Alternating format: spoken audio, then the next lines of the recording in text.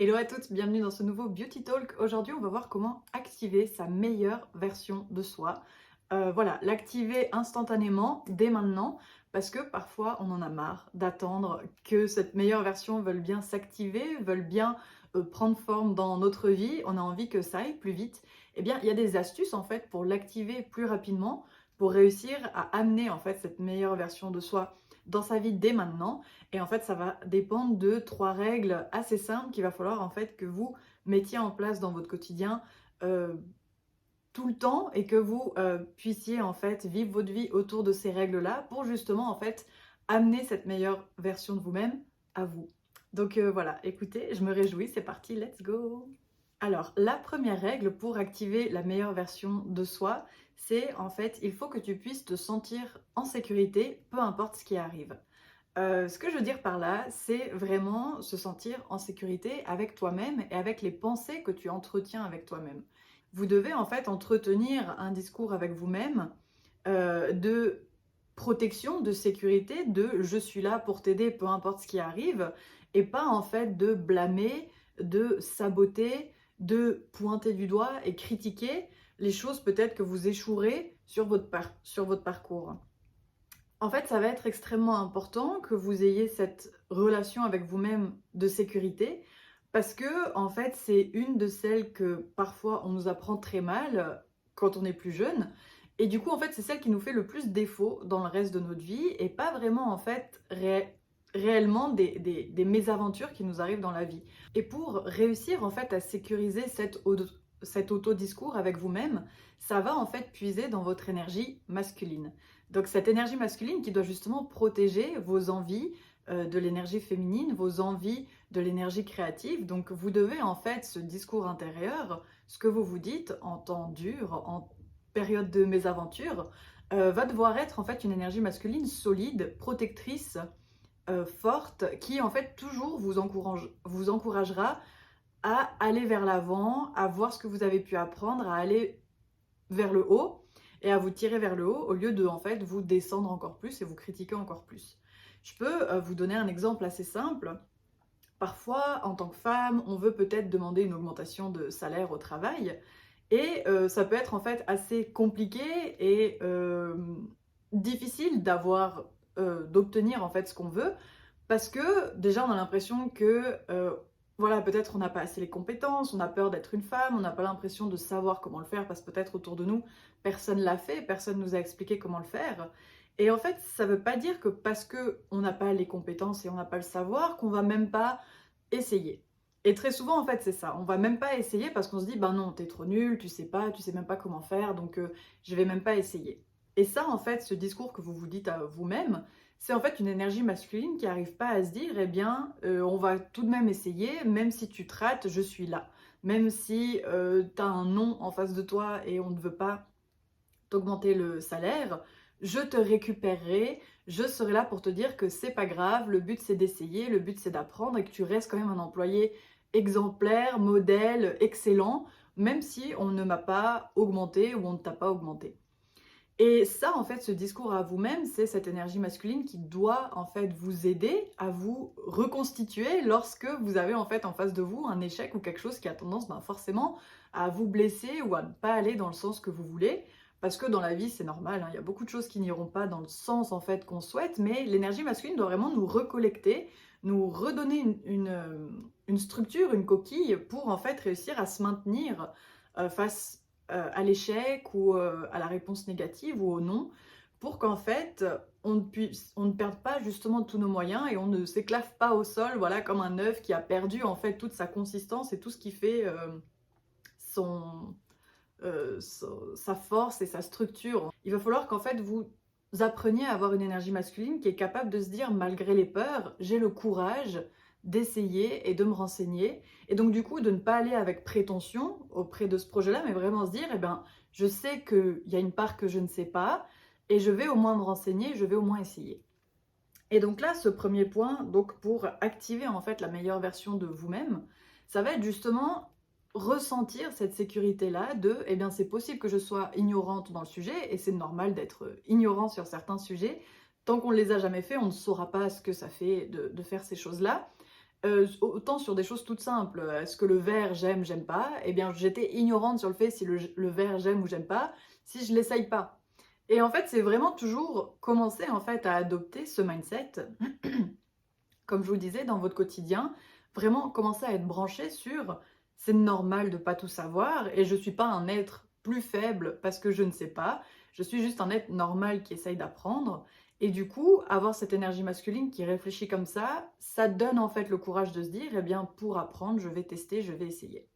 Donc c'est vraiment en fait shifter votre sécurité envers vous-même, donc shifter cette énergie masculine envers vous-même, au lieu de vous dire eh bien c'est trop risqué et en plus de ça je ne sais rien donc je ne vais pas me lancer, plutôt vous dire forcément ça comporte des risques, forcément il y a des choses que je ne maîtrise pas et que je ne sais pas, eh bien jusqu'où est-ce que je peux y aller et en tout cas me renseigner et voir qu'est-ce qui est possible de faire. Donc vraiment avec une approche orientée, on va dire, solution ou orientée possibilité, avec toujours une ouverture de, eh bien si j'apprenais un peu plus, qu'est-ce que je serais capable de faire, au lieu d'avoir une sorte d'approche un peu plus fataliste, eh bien vu que je ne sais pas à 100%, c'est fini, je me lance même pas. Donc voilà, pour activer la meilleure version de vous-même, vous allez devoir en fait travailler sur cette sensation de sécurité, de protection en fait envers vous-même, ce discours protecteur et sécurisant envers vous-même. Donc la deuxième règle, elle concerne en fait le moment où la première est maîtrisée. Lorsque vous maîtrisez en fait ce discours pour vous sentir en sécurité, où vous vous dites, eh bien voilà, je sais que peu importe ce qui va arriver, est-ce que ce sera une vidéo réussie ou pas réussie? Est-ce que ce sera une peinture réussie ou pas réussie? Est-ce que ce sera un post réussi ou pas réussi? Ou est-ce que ce sera une demande d'augmentation de salaire réussie ou pas réussie? Peu importe, j'essaie, je le fais, je me renseigne. Eh bien, à ce moment-là, en fait, il faut, dans un deuxième point, une fois que ça, vous le maîtrisez, en fait, il faut avoir le courage de continuer d'avancer dans les objectifs que vous voulez. Une fois qu'en fait vous vous êtes entraîné à oser, vous avez entraîné votre énergie masculine à vous dire ben let's go, tu sais quoi, on essaye, on essaye. En fait, on tombe dans une deuxième phase qui nous empêche en fait d'atteindre la meilleure version de nous-mêmes, c'est parce que on commence à juger nos objectifs. Une fois qu'on a des objectifs, qu'on a des envies, en fait, des fois, on n'a pas le courage tout de suite de s'y lancer. Parce qu'on se dit, ben non, cet objectif, il arrive trop tôt, cet objectif, il ne devrait pas arriver maintenant. Mais là, en fait, je vois même pas comment financièrement je peux me permettre cet objectif. Et du coup, on se met des barrières parce qu'on se dit, ben c'est pas maintenant, voilà. Et ce jugement qu'on a sur nos objectifs nous empêche en fait de réussir parce que aussi, on ne prend pas en compte que si on en a l'envie, si maintenant cet objectif nous vient en tête et nous marque, c'est bien parce qu'il fait sens maintenant. On a souvent l'impression que on a une sorte de contrôle en fait sur bah voilà, si ça, si j'ai soudainement l'envie de sortir ou de voyager dans tel pays, ou j'ai soudainement envie de goûter tel plat ou de tester tel restaurant, euh, on veut très vite le juger en mode ben non, là il n'y a pas le temps, là il n'y a pas les sous, là en plus je vais avec qui, je serai tout seul. Au lieu en fait de juste laisser l'information arriver et essayer de comprendre qu'est-ce qu'elle essaye de nous dire. Quand on a une envie, on la prend pour ce qu'elle est, alors qu'en fait derrière elle cache quelque chose. Peut-être que on avait envie de voyager dans ce pays parce que on a au fond envie d'aventure, on a envie que notre quotidien change un peu, de voir des nouvelles choses. Et là, en fait, ça veut dire que au lieu d'avoir peur de vos objectifs, vous avez le courage de les regarder en face et de ne pas les critiquer, de les prendre comme ils sont et en fait d'aller essayer de creuser ce que derrière ils signifient pour vous. Par exemple, bah voilà, comme je disais, vous avez une folle envie de voyager dans un tel pays, mais bien sûr, peut-être maintenant, bah, il y a un contretemps d'argent et de temps. Ça ne veut pas dire qu'en fait, vous ne pourrez pas vous dire, ben, dès maintenant, si j'ai cette envie, pourquoi je me restreindrai euh, à penser que voilà, ce voyage doit arriver dans 2 ans, 3 ans, 4 ans, parce qu'avant je dois faire autre chose, avant je dois trouver un appartement, avant je dois blablabla. Pourquoi pas en fait vous dire, eh ben, si cette envie elle vient, elle signifie sûrement quelque chose sur moi, et je la prends comme elle est, et je l'active. Je fais en sorte en fait d'être dans ce mindset que oui c'est possible, et oui elle fait partie du coup de mon calendrier futur. Donc pour vous donner un exemple, ben voilà, ce matin, je me suis réveillée et j'avais trop envie donc de voyager en Corée du Sud, donc aller à Séoul, de vivre un petit peu de temps là-bas. Alors c'est un projet et c'est une envie que j'ai toujours voulu, qui m'a toujours plu et je suis donc déjà allée à Séoul aussi. Donc voilà, je me suis dit un jour ou l'autre dans ma vie, je sais que je ferai quelques mois à Séoul. Et j'ai quelques amis aussi qui y vont. Et en fait, je me disais, mais trop bien, ça doit être génial. Ce matin, je pensais à ça. Que voilà, j'y vais, il y a quelques amis là-bas, je reste peut-être 2, 3 mois, je peux faire le tour des cafés, j'ai envie voilà, de voir d'autres paysages, manger autre chose. Et justement, je pensais à ça ce matin et j'avais un peu deux voix. Il y avait une partie de moi qui avait tendance à me dire, oui, bon, Vivi, ok, je sais que tu veux, on y pense depuis souvent, mais quand hein, voilà, il n'y a pas le temps, il n'y a pas l'argent, donc next, mets ça dans un coin de la tête et puis laisse traîner. Et il y a une autre partie de moi qui justement était plutôt branchée sur, ben, est-ce que j'ai un peu le courage d'essayer?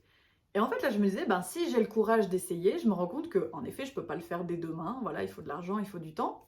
Mais c'est là que je me suis dit, ben, en fait, si j'ai le courage d'essayer, j'aurais pas peur de rentrer dans le process, de rendre en fait cet objectif possible. Parce qu'en fait, je me suis dit, s'il est là, c'est bien pour quelque chose. Si j'ai cette envie d'aller en Corée, de faire quelques mois et de goûter la nourriture, de faire le tour des cafés et de faire du shopping là-bas, c'est parce que j'en ai envie. Et c'est là que je me suis dit, au lieu de réprimer cet objectif, cette envie, ce projet, je vais plutôt avoir le courage de l'accueillir et de me dire, ben ouais, c'est un projet en fait qui fait partie de moi et pour lequel en fait je me donnerai les moyens de l'atteindre, de voir quand est-ce qu'il peut arriver, aussi de me donner du coup une motivation supplémentaire pour encore mieux réussir mes projets voilà, de business, etc. Parce que si, imaginons, je peux être indépendante, eh bien, je vais pouvoir manager mon temps comme je veux, je vais peut-être pouvoir travailler du bout du monde comme je veux. Donc en fait, c'est là que je me suis dit, Vivi, si t'as peur et que j'ai pas le courage de prendre ce projet comme, ben oui, c'est un projet qui me fait du bien, je vais le nexter, je vais me dire, bah voilà, le jour où j'ai le temps, le jour où j'ai ci, le jour où je peux, le jour où... Et très souvent, on a des fois peur en fait de prendre ce projet avec courage parce qu'en fait, on se dit, bah forcément, moi aujourd'hui, je devais me dire, bah oui, bah c'est pas aujourd'hui. Mais parce que le fait que c'est pas aujourd'hui, est-ce que ça veut dire que ce sera jamais? Non. Mais ce sera bien plus jamais si je me dis, bah next, ce sera le jour où, le jour où. Là, je me suis dit, c'est le jour où j'en ai envie, autant que je prenne au sérieux ma vie et que je prenne au sérieux mes envies. Et du coup, et vu que je prends au sérieux mes envies, j'y vais avec courage, je vais avec courage en fait sur la mise en place de cet objectif et de ce projet. Et en fait, tout ça aussi pour dire qu'avoir le courage en fait de poursuivre ses projets, ses objectifs, et en fait le courage aussi de se dire, ben peu importe les obstacles qu'il y aura, j'aurai le courage d'essayer, d'encore essayer, en fait de rendre ce projet-là possible vu qu'il m'intéresse. La meilleure version de vous-même, c'est pas un objectif fini. Je sais que souvent, quand on veut devenir la meilleure version de soi, on s'imagine un style de vie, on s'imagine un certain portefeuille, on s'imagine certaines relations, on s'imagine dans un certain statut et à un certain moment de notre vie, une certaine silhouette, certains habits, etc. Et en fait, on voit vraiment une sorte de résultat final, comme si, bah voilà, voilà ce à quoi je dois atteindre. Et en fait, on oublie que la meilleure version de nous-mêmes, elle est dans ce résultat final parce qu'en fait, elle suit un plan mindset, un plan schématique, enfin comment dire, des pensées dans sa tête qui l'a fait arriver dans cette situation-là. Et bien si déjà maintenant je rentre dans le mindset de la personne qui est de la meilleure version de moi, je vais forcément attirer à moi cette meilleure version. Et c'est là en fait que c'est important justement de comprendre, c'est en fait la meilleure version de nous-mêmes, il faut qu'on arrête de se dire que c'est une sorte d'image fixe. En fait, c'est le processus, c'est le mindset, c'est les règles par lesquelles on va penser notre vie qui vont nous amener en fait vers cette image fixe, mais en fait qui est juste une image fixe sur tout le chemin en fait qui va continuer même après cette image-là. Donc ça veut dire que le chemin continu, en fait, il est fait de ces règles que vous allez mettre encore et encore à profit et que vous allez mettre encore et encore dans votre quotidien pour gérer votre quotidien et votre façon en fait de créer votre vie. Donc, vu que la meilleure version de vous-même, c'est pas vraiment le résultat final en soi, mais en fait, c'est le process, c'est pour ça que c'est important que vous commenciez à mettre dans votre quotidien ce courage de tester et d'aller pour les projets et les objectifs que vous avez dans votre vie et de pas juste les balancer derrière parce qu'en fait, la meilleure version de vous-même, ça va être en fait cette version qui a osé faire ce projet-là. Et puis là, en fait, parce que vous oserez, vous aurez le courage en fait de pas balancer ce projet à la poubelle, de pas maintenant, plus tard, parce que là j'ai pas assez de sous, parce que là il y a ci et pour je sais quelle autre raison qui pourrait être un obstacle à ce projet. Vu que vous le faites pas et que vous avez le courage en fait de prendre cet objectif et de vous dire eh bien je vais le rendre possible parce que c'est le process qui compte et c'est avoir le courage de le suivre, eh bien vous aurez plus de chances d'activer votre meilleure version de vous-même et de l'activer en fait extrêmement rapidement parce que vous rentrez déjà dans le mindset que cette meilleure version de vous réfléchit déjà. Donc là, une astuce, ce serait peut-être vous demander, pour vous, à quoi ressemble la meilleure version de vous-même, la plus grande réussite de vous-même. Et puis, posez-vous la question, elle réussit et elle est à cet endroit-là parce que elle vit sa vie comment? Ensuite, le troisième point, ça va être un point extrêmement important. C'est que vous voyez, les deux premiers points sont des points qui sont extrêmement difficiles parce que c'est oser se sécuriser et avoir une énergie masculine qui prend soin de nous malgré le fait qu'on est dans une situation risquée, malgré le fait qu'on n'ait pas toutes les compétences. Le deuxième point, c'est oser prendre son courage à deux mains et de rendre un projet réalisable, ou en tout cas de réaliser un projet qui paraît en fait être trop loin par rapport à la situation où on est. En fait, tout ça, ça va forcément nous faire passer par beaucoup d'échecs. Et je sais que quand on dit ça, on n'a pas trop envie d'échouer parce qu'on a l'impression que passer par des échecs, c'est forcément faire échouer notre projet global, cette meilleure version de nous-mêmes. Alors que pas du tout. Déjà de 1, il faut se dire qu'on est en situation d'échec tant que c'est pas fait. Même une fois que c'est fait, même si c'est réussi ou pas réussi, que le résultat est à la hauteur du travail qu'on a fourni ou pas, ça c'est pas un échec. Comme là, par exemple, cette vidéo YouTube, je suis en échec d'une vidéo YouTube qui sort le dimanche, tant que je ne l'ai pas faite. Mais une fois qu'elle est faite, après que la vidéo soit bien ou pas bien, qu'il y ait vu, pas vu, en soi, ça c'est autre chose, ça fait pas partie du projet. Le seul échec, c'est tant qu'elle n'est pas faite. Une fois qu'elle est faite et que la vidéo est postée, j'ai réussi. Peu importe la suite, c'est juste parce que l'objectif en fait de poster régulièrement, c'est ça en fait qui me fait réussir le projet. C'est pas une fois, comment dire, c'est pas le résultat de ce passage à l'action. Et souvent, on considère justement que l'échec, c'est le résultat du passage à l'action. Et en fait, l'échec, c'est le fait de ne pas passer à l'action. C'est d'attendre que cette action se fasse toute seule, mais elle ne va jamais se faire toute seule. Donc, quand vous allez avoir le courage de faire tout ce que vous allez entreprendre, vous allez forcément rencontrer l'échec, pas juste parce que, comme j'ai dit, le feedback de ce que vous avez fait est négatif ou quoi que ce soit. C'est juste que, avant que vous entamiez le prochain projet, vous êtes dans l'échec de ne pas entamer le prochain projet. Donc en soi, l'échec, c'est pas, comme je vous disais, quelque chose qui arrive après qu'on ait fait quoi que ce soit. C'est quelque chose qui est fait avant qu'on ait fait quoi que ce soit, qui est là avant qu'on ait fait quoi que ce soit. Donc en soi, là maintenant, je suis en échec au bol, je dis ça avec des gros guillemets, de tous les projets d'après qui arriveront. Et c'est pour vous dire que justement, ce troisième point est super important parce que vous n'allez pas pouvoir enlever l'échec, la théorie de l'échec dans la vie. Du coup, vous allez avoir besoin de façons pour vous récupérer, vous soulager. Vous allez devoir avoir des activités qui vous permettent justement de décompresser ce courage, cette prise d'action qui peut justement être apeurisante, apeurante, je sais pas comment dire ça, qui fait peur, voilà. Pour justement en fait réguler votre système nerveux et lui montrer que voilà, vous équilibrez le tout. C'est oui, ça fait peur, mais du coup, je me récompense.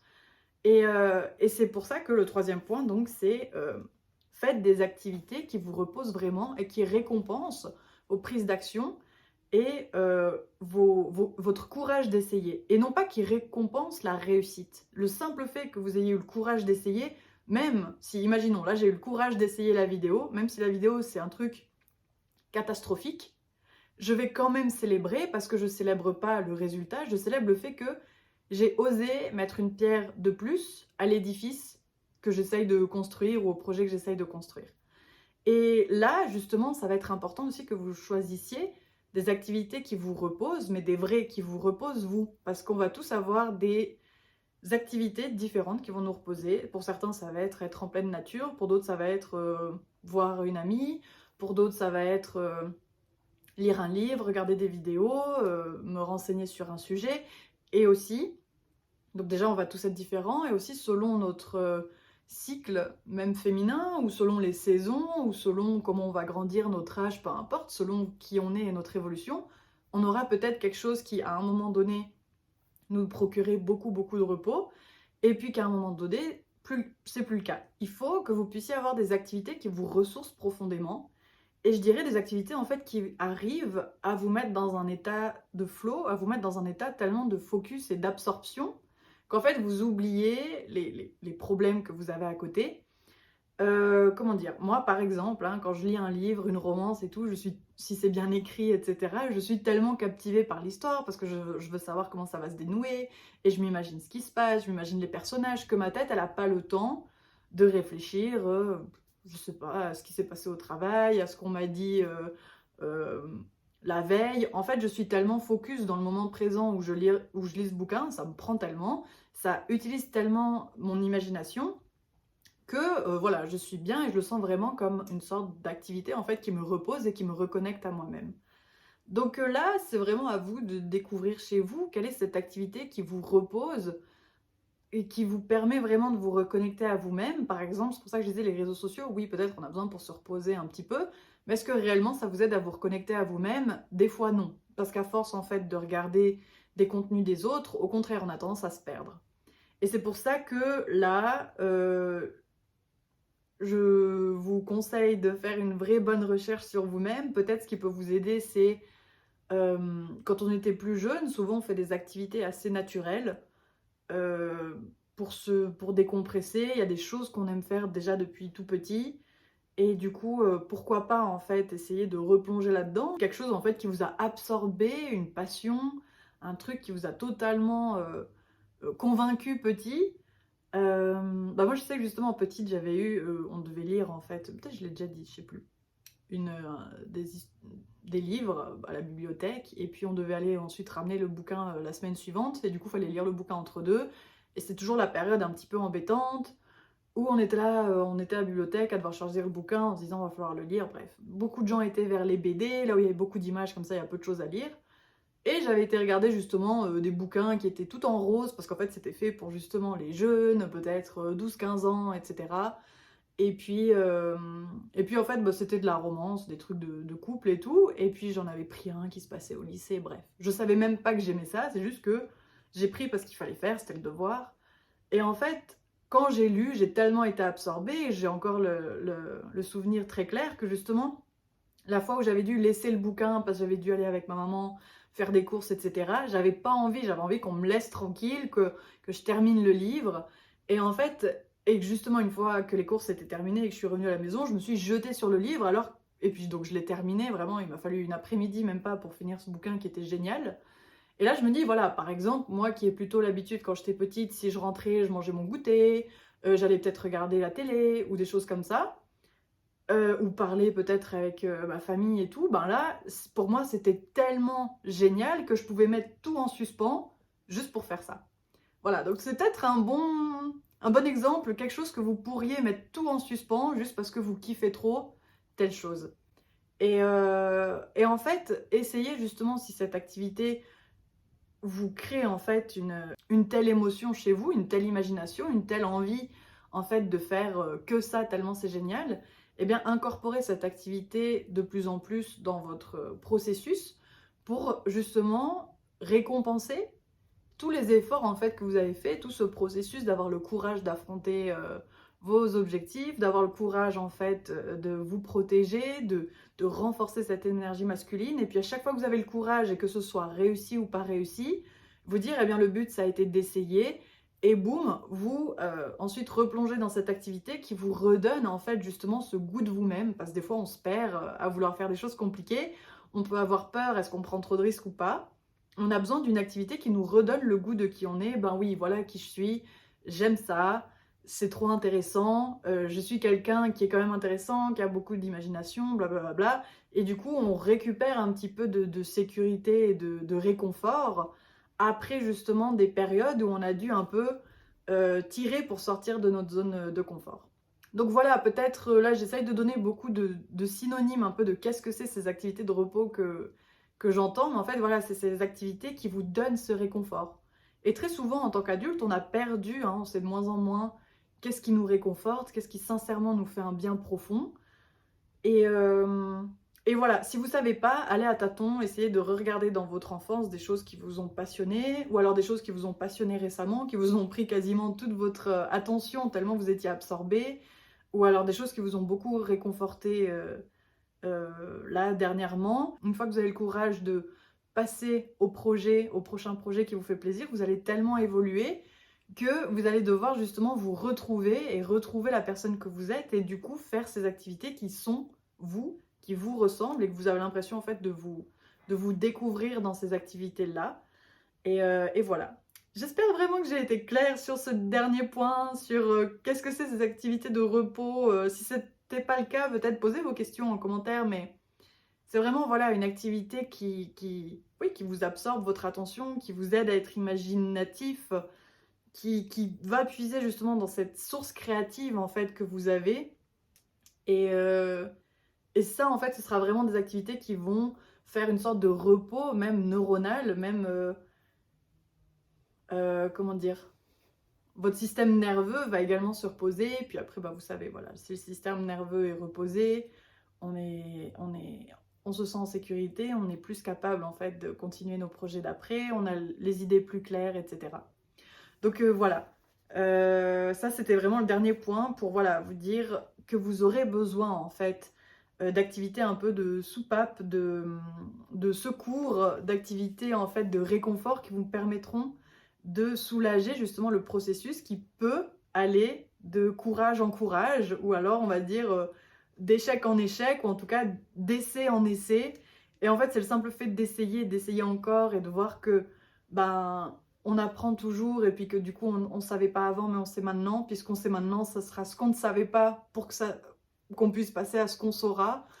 Enfin voilà. Donc pour en fait se réconforter en fait de ce changement permanent, extrêmement important d'avoir des activités qui vous plaisent au plus haut point, que vous pourriez, je sais pas, mettre en suspens quelques heures de votre sommeil. Moi, je sais que par exemple, un bon bouquin, bah, j'ai pas de peine à me dire, bon, allez, je vais me coucher à minuit ou 1 heure du matin si vraiment il m'absorbe. Enfin voilà, c'est des petites indications. C'est des petits signaux de qu'est-ce qui vous vraiment vous absorbe et vous fait kiffer.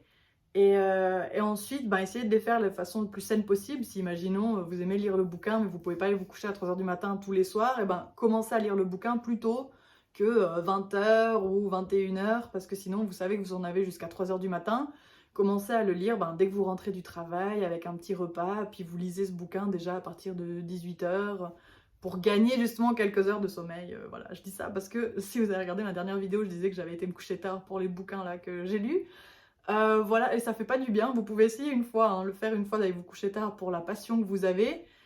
On le fait une fois, 2 fois, mais après c'est compliqué. Et après c'est compliqué parce que on n'arrive pas à du coup faire cette passion parce qu'on est trop fatigué. Et là en fait, quand on n'arrive même pas à faire les choses qu'on aime parce qu'on est trop fatigué, c'est là qu'on se dit bon bah mieux vaut que je dorme et au moins quand je me lève le matin, j'ai l'énergie de faire ce que j'aime au lieu de je fais ce que j'aime pas la journée, le soir. euh, je fais ce que j'aime, mais je le fais jusqu'à trop tard, donc le lendemain, j'ai même plus l'énergie, je dois dormir toute la journée, et donc du coup, même faire ce que j'aime, j'ai plus beaucoup de temps. Voilà, donc c'est juste comme ça un peu le process. C'est tout pour aujourd'hui. Si vous avez des questions, des sujets, enfin parmi ces 3 thèmes que vous avez moins compris, posez vos questions, je pourrais vous répondre et clarifier s'il y a quoi que ce soit. Mais en tout cas, j'espère que ça vous a plu, que vous avez des meilleures notions sur ces 3 règles, en fait, sur comment en fait atteindre la meilleure version de vous-même, sur ces 3 règles que vous pourriez mettre en place. Et voilà, se sécuriser, avoir cette énergie masculine sécurisante, avoir le courage d'essayer et de savoir qu'on va encore essayer par la suite, et puis avoir ces activités qui vous permettent en fait de vous reposer, à chaque essai et à célébrer chaque essai que vous avez fait. Donc voilà, trouvez-les, courage, bon courage pour tout ce que vous allez faire et puis bonne découverte justement de ces activités qui vous font juste kiffer. Moi je vais terminer cette vidéo, la monter et ce soir, ben, justement, passer à mes activités qui me récompensent de ma réussite d'avoir réussi à sortir une vidéo de plus. Et puis voilà, comme ça je me sens bien et je vais pouvoir recommencer la semaine avec plein d'autres projets qui me passionnent et puis à chaque fois me récompenser pour juste au moins avoir essayé.